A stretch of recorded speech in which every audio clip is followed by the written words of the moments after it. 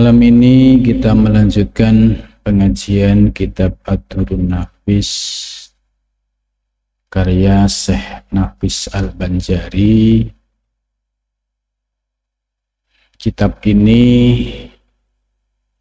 merupakan kitab karangan ulama Nusantara pada abad 17-18. Pembahasan kitab ini terkait dengan ajaran tasawuf falsafi. Tasawuf falsafi itu tasawuf yang membahas soal ketuhanan. Maka pembahasan dalam kitab ini dari awal sampai akhir itu berkaitan dengan ketuhanan.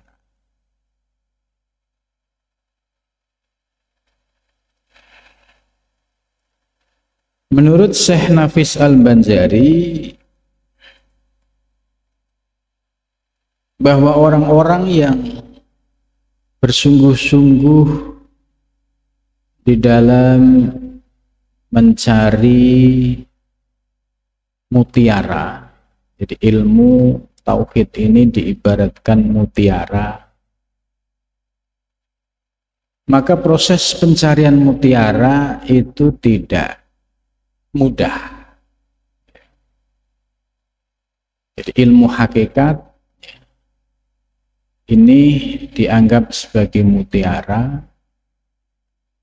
Untuk memperolehnya itu tidak mudah. Karena itu perlu kesungguhan. Ya, seperti seorang nelayan yang ingin mencari mutiara di tengah lautan. Yang dipersiapkan lebih awal yaitu harus menyiapkan perahunya. Ya, perahunya ini disebut sebagai syariatnya. Jadi orang mau menyeberang lautan ya harus punya perahunya. Nah, perahunya apa? Yaitu syariat. Maka siapapun orang yang belajar tasawuf dan tarekat tidak bisa melepaskan diri dari mengamalkan ilmu syariat, ilmu fikih. Tidak bisa mengabaikan ilmu fikih seperti membahas persoalan toharoh, persoalan wudu, persoalan sholat, dan praktek sholatnya ya harus mengikuti apa yang telah dicontohkan oleh Nabi besar Muhammad Sallallahu Alaihi Wasallam. Jadi tidak boleh orang ngaku-ngaku belajar ilmu hakikat kemudian sholatnya berbeda dengan sholat yang telah dicontohkan oleh Rasulullah Sallallahu Alaihi Wasallam. Terlebih lagi ada orang yang belajar hakikat terus sama sekali tidak sholat, seolah-olah ya merasa makomku sudah beda. Makomnya sudah tidak seperti orang umum. Ini juga menyalahi dari apa yang telah dicontohkan oleh baginda Rasulullah Shallallahu Alaihi Wasallam dan apa yang telah menjadi guidance para ulama muhaqqiqin. Jadi melihat orang yang prakteknya lurus sama belok atau bengkok itu ya mizannya itu syariat. Ini ngaku tasawuf, ngaku tarekat, dicek dulu sholatnya sesuai enggak dengan apa yang telah dicontohkan oleh Rasul. Jangan sampai kemudian menyalahi lantas seolah-olah membuat syariat baru. Apalagi sampai membatalkan syariat Nabi besar Muhammad Shallallahu Alaihi Wasallam. Jadi orang yang menuju Allah harus punya perahu, yaitu syariat yang merujuk pada syariat Nabi besar Muhammad Shallallahu Alaihi Wasallam. Kemudian setelah punya perahu, ya supaya dapat mutiara, ya harus perahu ini dibawa ke tengah. Nah, lautan yang luas ini,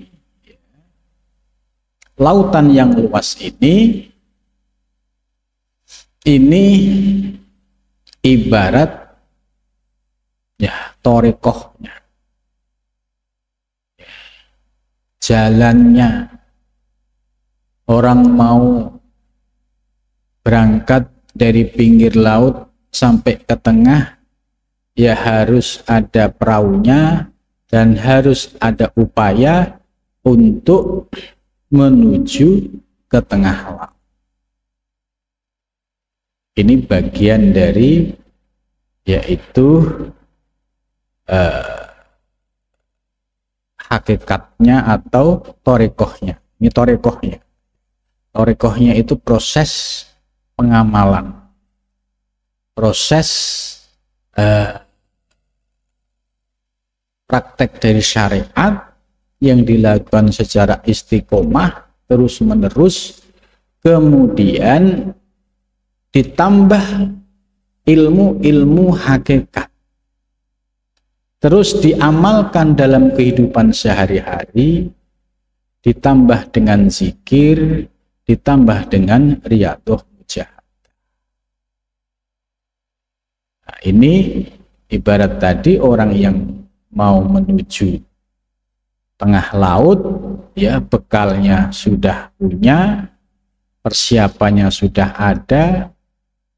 Kemudian setelah sampai tengah laut, untuk bisa memperoleh mutiara yang ada di dasar laut, mau tidak mau harus menyelam dalam laut. Nah, ini semua butuh perjuangan. Begitu juga seorang salik, ya, setelah paham ilmu syariat, ya ilmu-ilmu lahiriah, fikih, kemudian belajar ilmu tasawuf, baik yang berkaitan dengan tazkiyatun nufus maupun yang berkaitan dengan pembahasan ketuhanan. Nah, dalam proses internalisasi pengamalan perlu yang namanya praktek amaliyah. Ini yang disebut dengan sebagai laku tore. Kemudian setelah memperoleh semua ini, untuk menggali, memperoleh mutiaranya, ya harus turun langsung, merasakan langsung. Maka ini yang disebut sebagai proses meraih mutiara yang berada di dasar. Nah, mutiara yang berada di dasar laut ini tentu untuk memperolehnya tidak mudah, tidak gampang, perlu berjuang. Maka tadi sudah disampaikan, perjalanan seorang salik dalam menuju Allah, ya harus meliputi syariatnya, torekohnya, kemudian memperoleh hakikatnya. Hakikat ini ibarat mutiara tadi, kemudian memperoleh makrifah. Nah, disinilah ibadat perjalanan seorang salik itu diibaratkan seperti orang yang sedang berlayar di tengah lautan untuk mencari mutiara. Nah, dalam pembahasan sebelumnya, mu'alif memberikan penjelasan bahwa orang yang memperoleh pengetahuan dalam menuju Allah itu ada kalanya dengan cara belajar secara iktisabi, ya. Artinya ya proses ngaji itu harus dilakukan supaya apa? Supaya paham ilmunya. Nah, ilmu yang diperoleh ini nanti berproses. Ilmu yang didengar, dipahami, kemudian dirasakan. Ini disebut yang pertama ilmu akli. Ini menurut Ibnu Arabi. Ilmu akli. Karena apa ya? Teori-teori konsep tauhid ahlu kasfi itu ya bisa dipahami secara rasional, secara akal sehat. Seperti pembahasan dalam kitab ini ada tauhidul af'al, ya. Ada tauhidul asma, ada tauhidus sifat, ada tauhidud dzat. Ini konsep ilmu yang bisa dipahami secara akli. Maka siapapun yang mau duduk mendengarkan ketika diurai soal teori-teori ilmu tauhid ahlu kasfi tadi, ya dengan penalarannya insya Allah bisa memahami. Nah, setelah menjadi ilmu akli, berproses, yaitu mulai diamalkan, ya, dikit sedikit dari apa yang telah dipahami dari uraian ilmu ahli kasfi. Contoh, apa itu tauhidul af'al, apa itu tauhidul asma, ya, apa itu tauhidul dzat.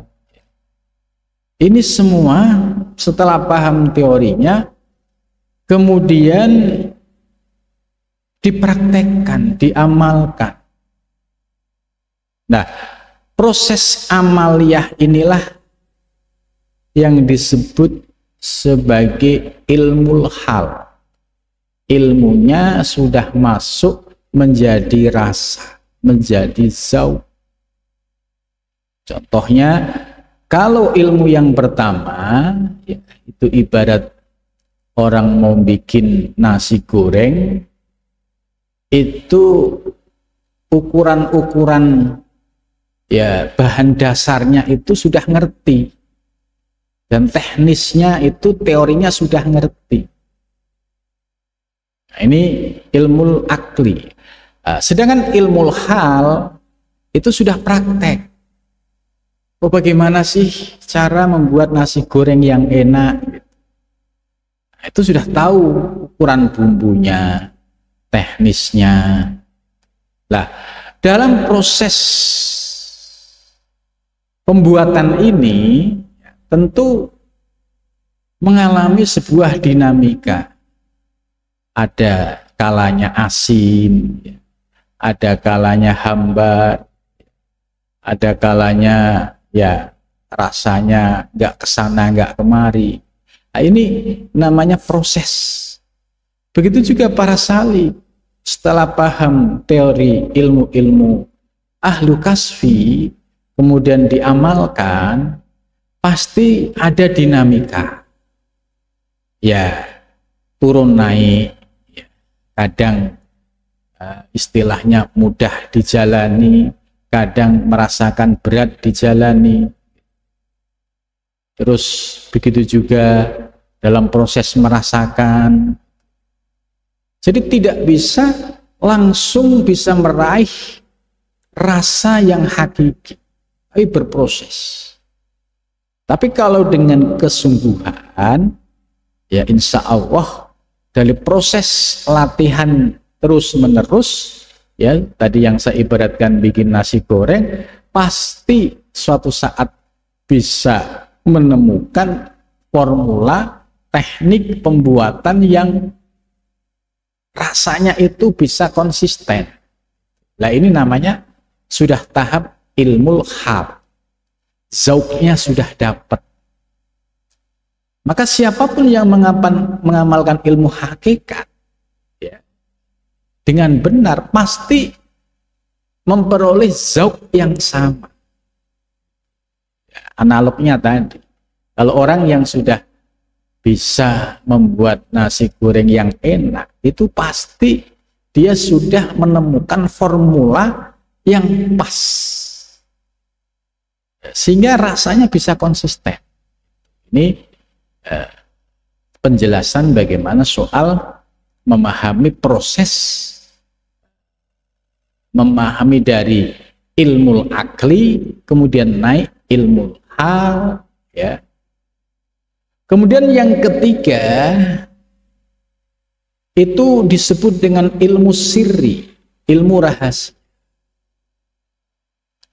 Maksud ilmu rahasia ini yaitu ketika seseorang sudah mengamalkan ilmu, istiqomah dengan melaksanakan syariat, istiqomah melaksanakan zikir, kemudian istiqomah ya dalam hal merasakan, itu pasti suatu ketika akan memperoleh yaitu anwarul ilahiyah, memperoleh pencerahan-pencerahan ilahiyah, tiba-tiba mendapatkan rahasia ketuhanan.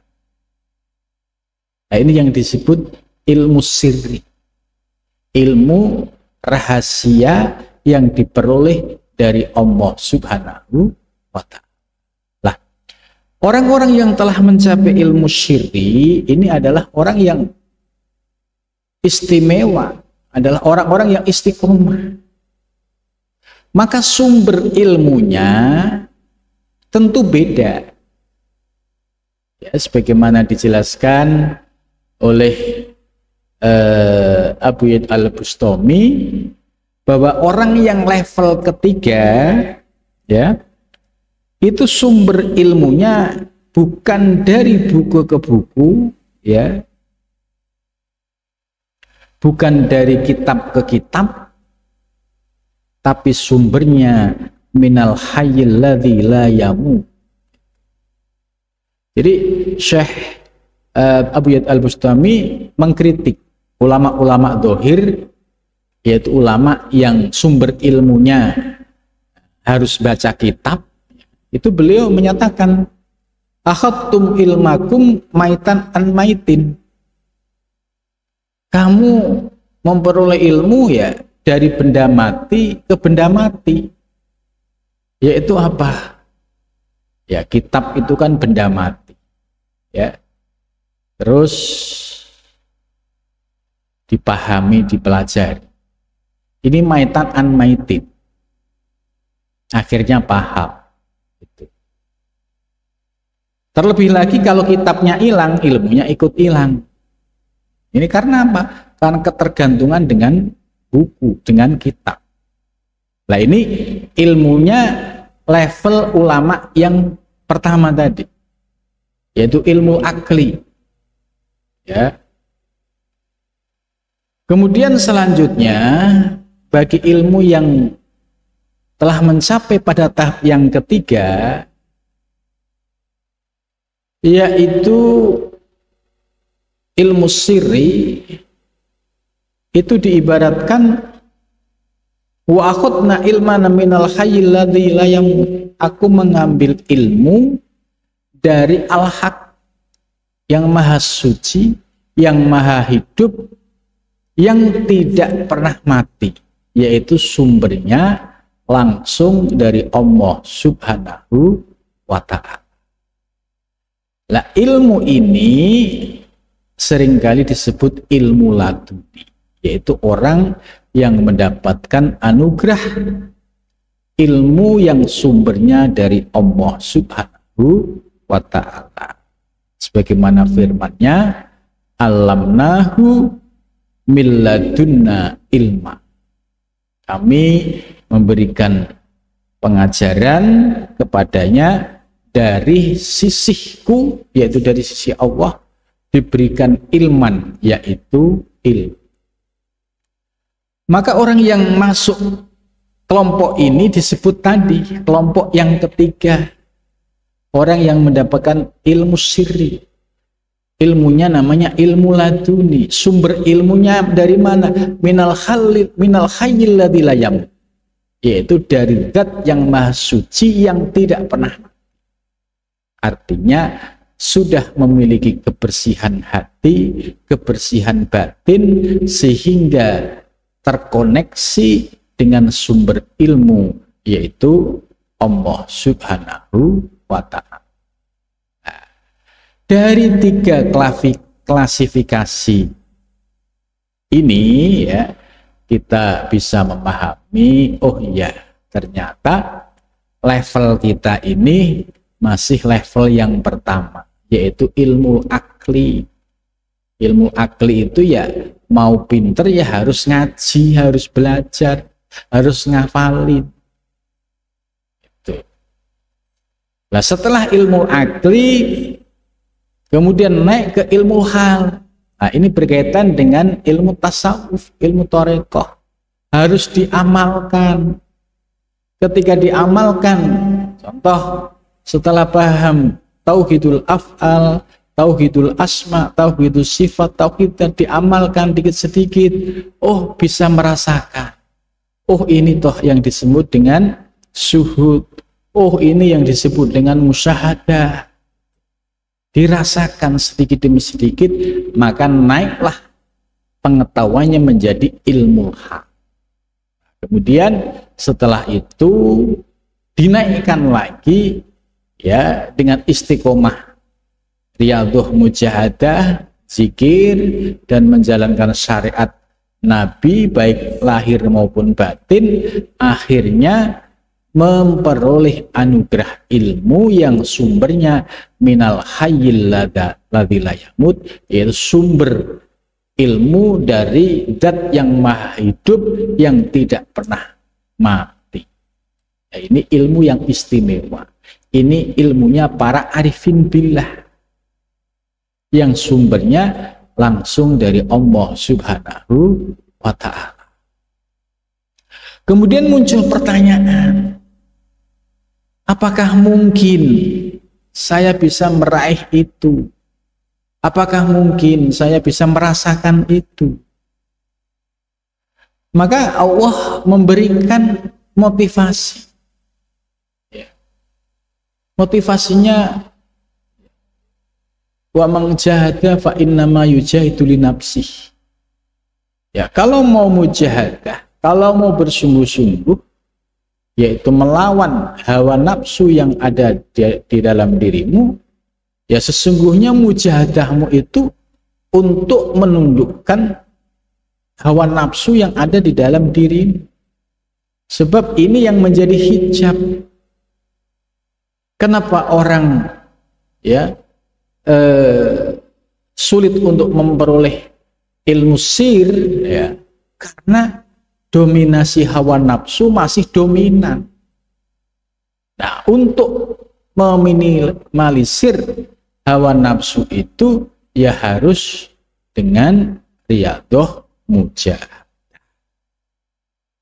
Jadi kalau bersungguh-sungguh ya sebagai seorang salik sudah paham ilmu, teori ilmunya paham, kemudian semangat untuk mengamalkan ada, ya kemudian terus konsisten dan istiqomah, itu janji Allah pasti akan diberikan, yaitu pemahaman dari Allah Subhanahu.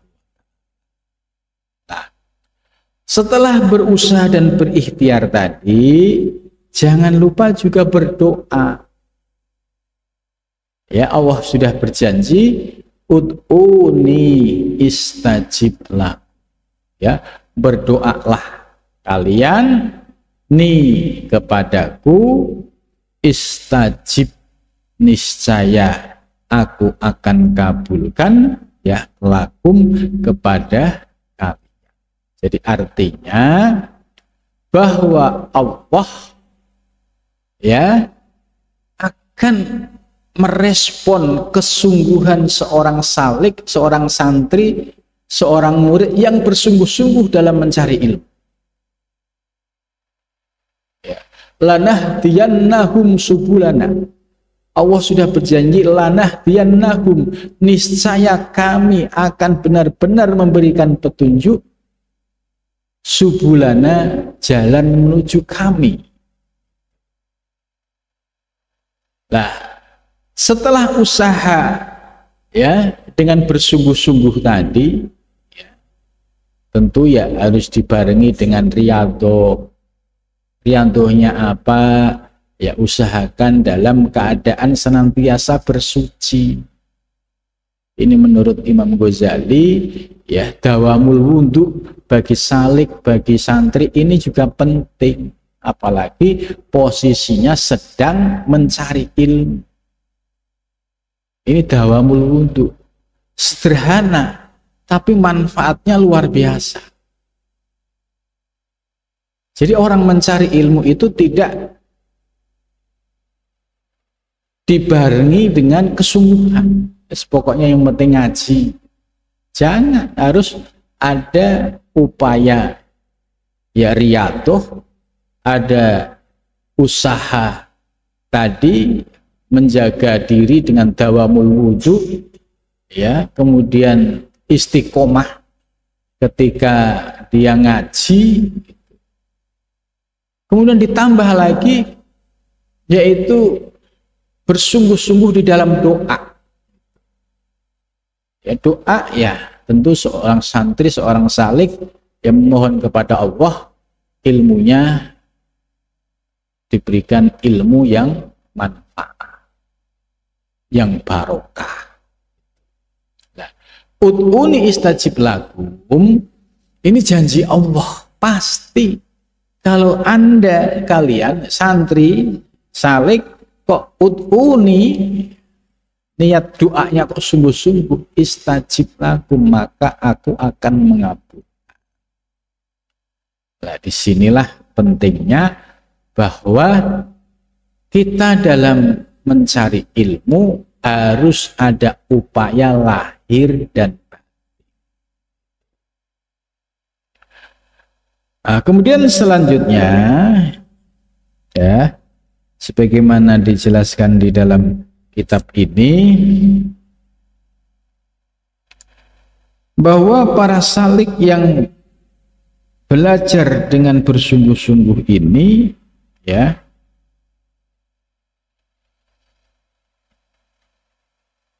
akan diberikan kemudahan oleh Allah ya.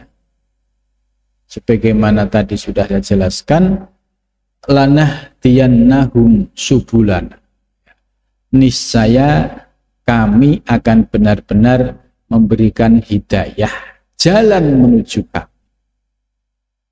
Kalau yang diperlukan ilmu lahiriah ya, ilmu fikih, usul fikih, balaghah, ini masuk kriteria ilmu lahiriah.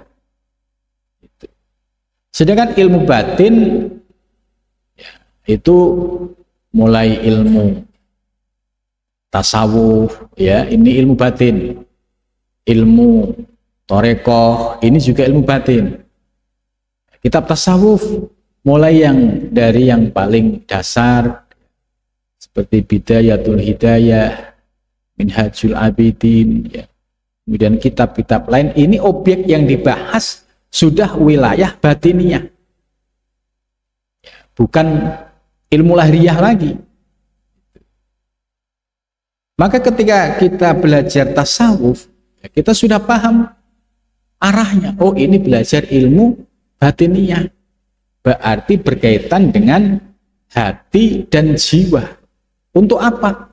Ya, supaya untuk menjadi pribadi yang berakhlakul karimah, yang dekat dengan Allah Subhanahu wa ta'ala.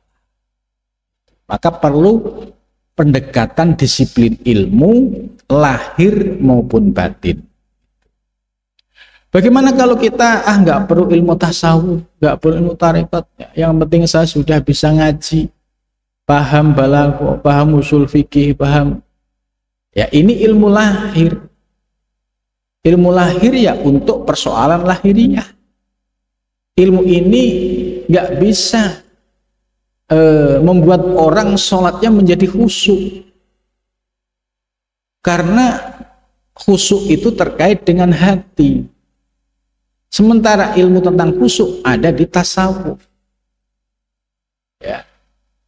Jadi ini harus dipahami bahwa untuk meningkatkan, menyempurnakan kualitas ilmu, dasarnya ilmu lahir, ya, karena untuk berargumentasi, ya, namanya orang menjelaskan ilmu itu ya harus memiliki interdisipliner, ya. Nahwu shoroh paham, balaghah paham, usul fikih paham, ilmu tafsir paham, ilmu hadis paham. Karena ini bagian dari perangkat keilmuan. Nah, ketika sudah masuk ke wilayah ilmu batin, nah, ilmu yang dipakai ya berkaitan dengan ilmu batin, yaitu ilmu tasawuf. Contoh, orang sholat ya tidak bisa lepas dari ilmu fikih, mulai dari memahami fardunya wudhu dan sunahnya, terus rukunnya sholat dan sunnah. Ini harus berdasarkan ilmu fikih. Tapi di dalam aturan fikih nggak ada khusyuk itu menjadi salah satu rukun. Padahal di Al-Quran yang dipuji oleh Allah itu adalah qad aflahal mu'minun alladzina hum fi sholatihim khashi'un. Sungguh telah beruntung orang-orang mukmin yang di dalam sholatnya itu mencapai khusyuk. Orang bisa khusyuk itu terkait dengan hati. Apabila hatinya sudah bersih dari sesuatu selain Allah, hatinya sudah bersih dari kotoran-kotoran duniawi, baru hatinya itu bisa khusyuk, bisa ingat Allah Subhanahu wa ta'ala. Maka khusyuk ini menunjukkan kelas kualitas orang yang telah mencapai kualitas ya di atas rata-rata. Tapi Al-Quran juga mengkritik, ya, mengkritik orang yang sholatnya hanya berbasis pada fikih. Contoh dari wudhu, dari takbir sampai salam, pokoknya yang penting menurut fikih memenuhi syarat. Tapi ini dikritik oleh Al-Quran. Wailul lil musallin alladzina hum an sholatihim sahun alladzina hum yura'un wa yamna'unal ma'. Ini kritiknya. Wailul lil musallin, kalau dimaknai letterlek itu celaka bagi orang-orang sholat. Ini kan maksudnya tidak sempurna bagi orang-orang sholat alladzina hum an sholatihim sahun, yaitu orang yang sholatnya dalam keadaan lalai, sahun. Dari takbir sampai salam sama sekali nggak ingat Allah. Kenapa?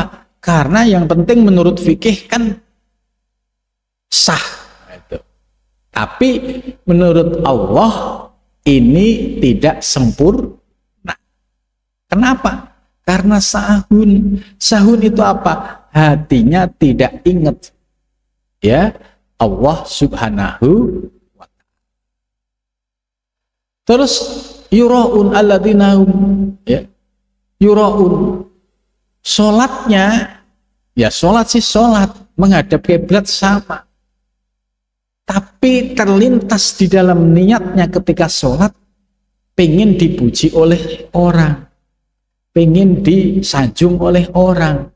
Lah sanjungan pujian ini berarti sesuatu yang disebut dengan riya.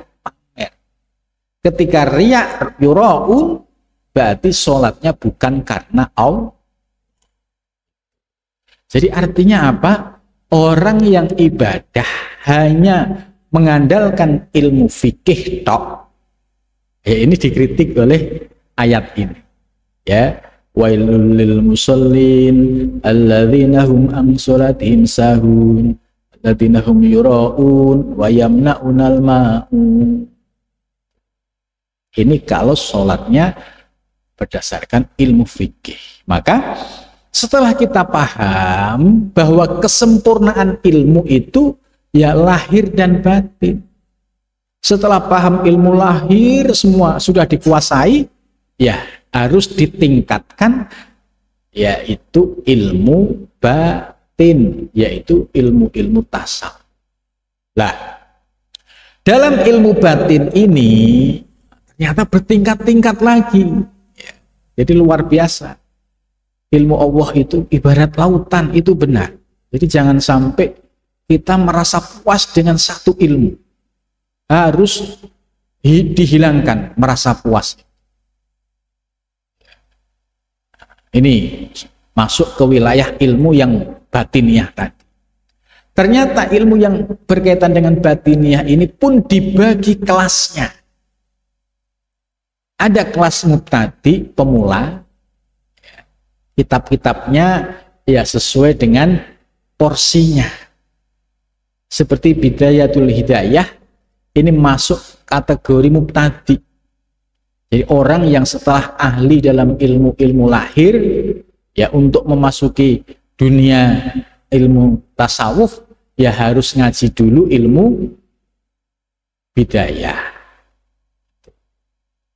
ilmu minhajul abidin. Terus setelah itu apa? Ada mutawasid. Mutawasid itu pertengahan. Itu seperti apa? Ya seperti kitab Al-Hikam. Orang sehebat apapun ilmunya, kalau nggak ngaji Al-Hikam,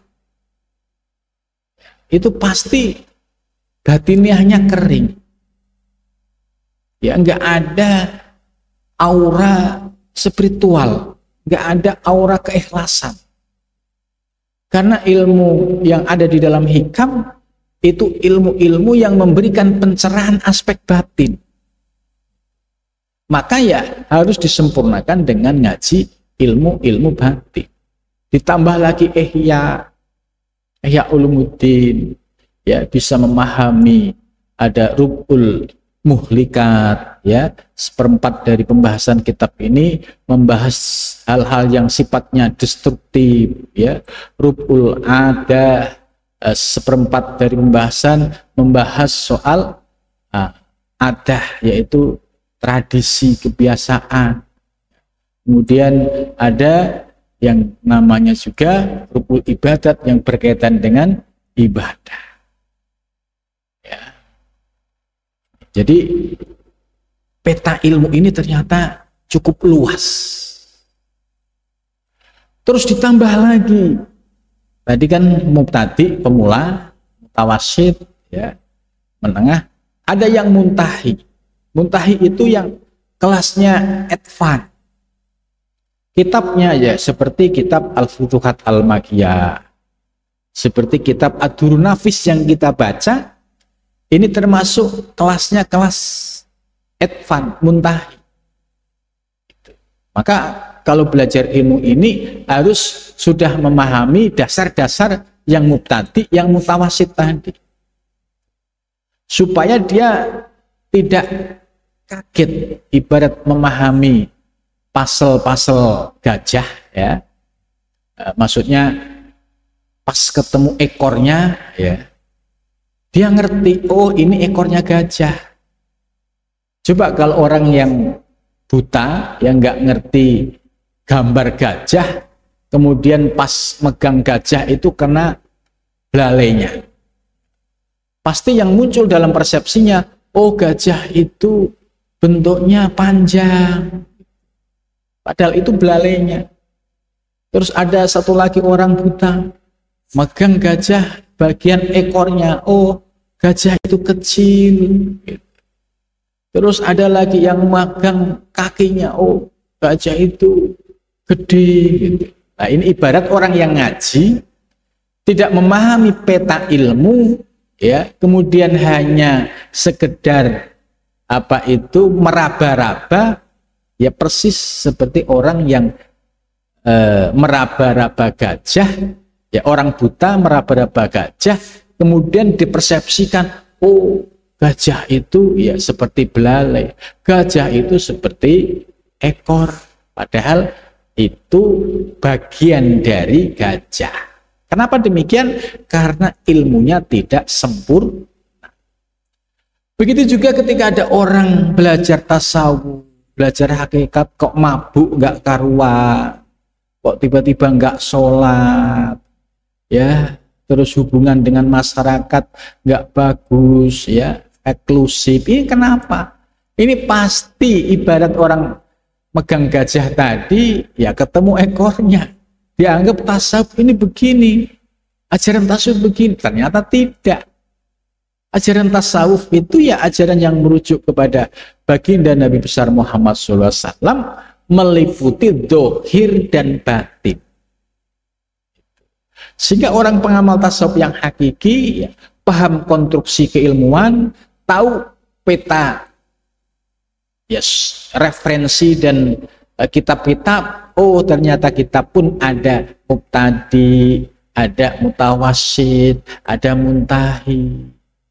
Kalau ini semua dikaji, dipelajari secara utuh, maka ibarat orang melihat gajah secara utuh sehingga tidak salah paham. Nah, disinilah pentingnya yang ngaji secara istiqomah dan bersungguh-sungguh. Jadi jangan pernah merasa puas, ya, dengan satu ilmu, tapi teruslah belajar. Sempurnakan ilmu lahir dan batin sebagai kesempurnaan di dalam mengamalkan ajaran Islam. Ya, ada kisah nyata. Ya, seorang santri yang dia alim dalam hal ilmu dohir. Ya, kalau dia diskusi itu luar biasa. Ya. Referensinya cukup kuat, ibaratnya juga cukup kuat. Tapi karena tidak tersentuh dengan ilmu batin, mudah menyebabkan dia menjadi kibir dan ujub. Akhirnya bangga dengan kehebatan dirinya, terus apa? Sombong, kibir. Nah, suatu saat, ya, santri ini diingatkan oleh gurunya, kamu nggak cukup ngajimu dengan itu tok. Makanya kamu keras kepala, merasa paling pintar, merasa paling hebat. Kenapa ya? Karena kamu belum belajar ilmu yang berkaitan dengan hati. Akhirnya setelah itu belajar ilmu tasawuf, kemudian merubah paradigmanya, akhirnya menjadi santri yang tawadu. Sinilah pentingnya belajar ilmu yang komplit, meliputi lahir dan batin. Mudah-mudahan Allah Subhanahu wa Ta'ala, ya, sebagai zat yang memiliki ilmu bagaikan samudera yang tak terbatas, kita jangan pernah berhenti belajar, apalagi merasa puas dengan ilmu kita yang masih tidak ada apa-apa.